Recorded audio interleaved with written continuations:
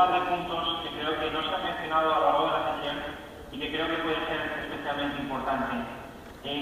Por una parte estamos hablando de un sector muy intensivo en términos de capital, con una necesidad muy importante de involucrar a distintos actores a nivel de gobierno. Hasta ahora hemos hablado mucho de las implicaciones pues, de la academia, de la parte del gobierno, relativa a la parte, digamos, de telecomunicaciones o autoridades de regulación,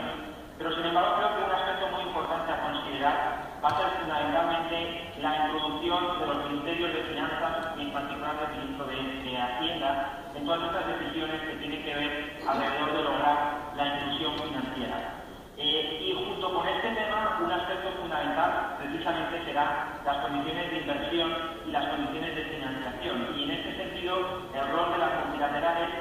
va a ser un elemento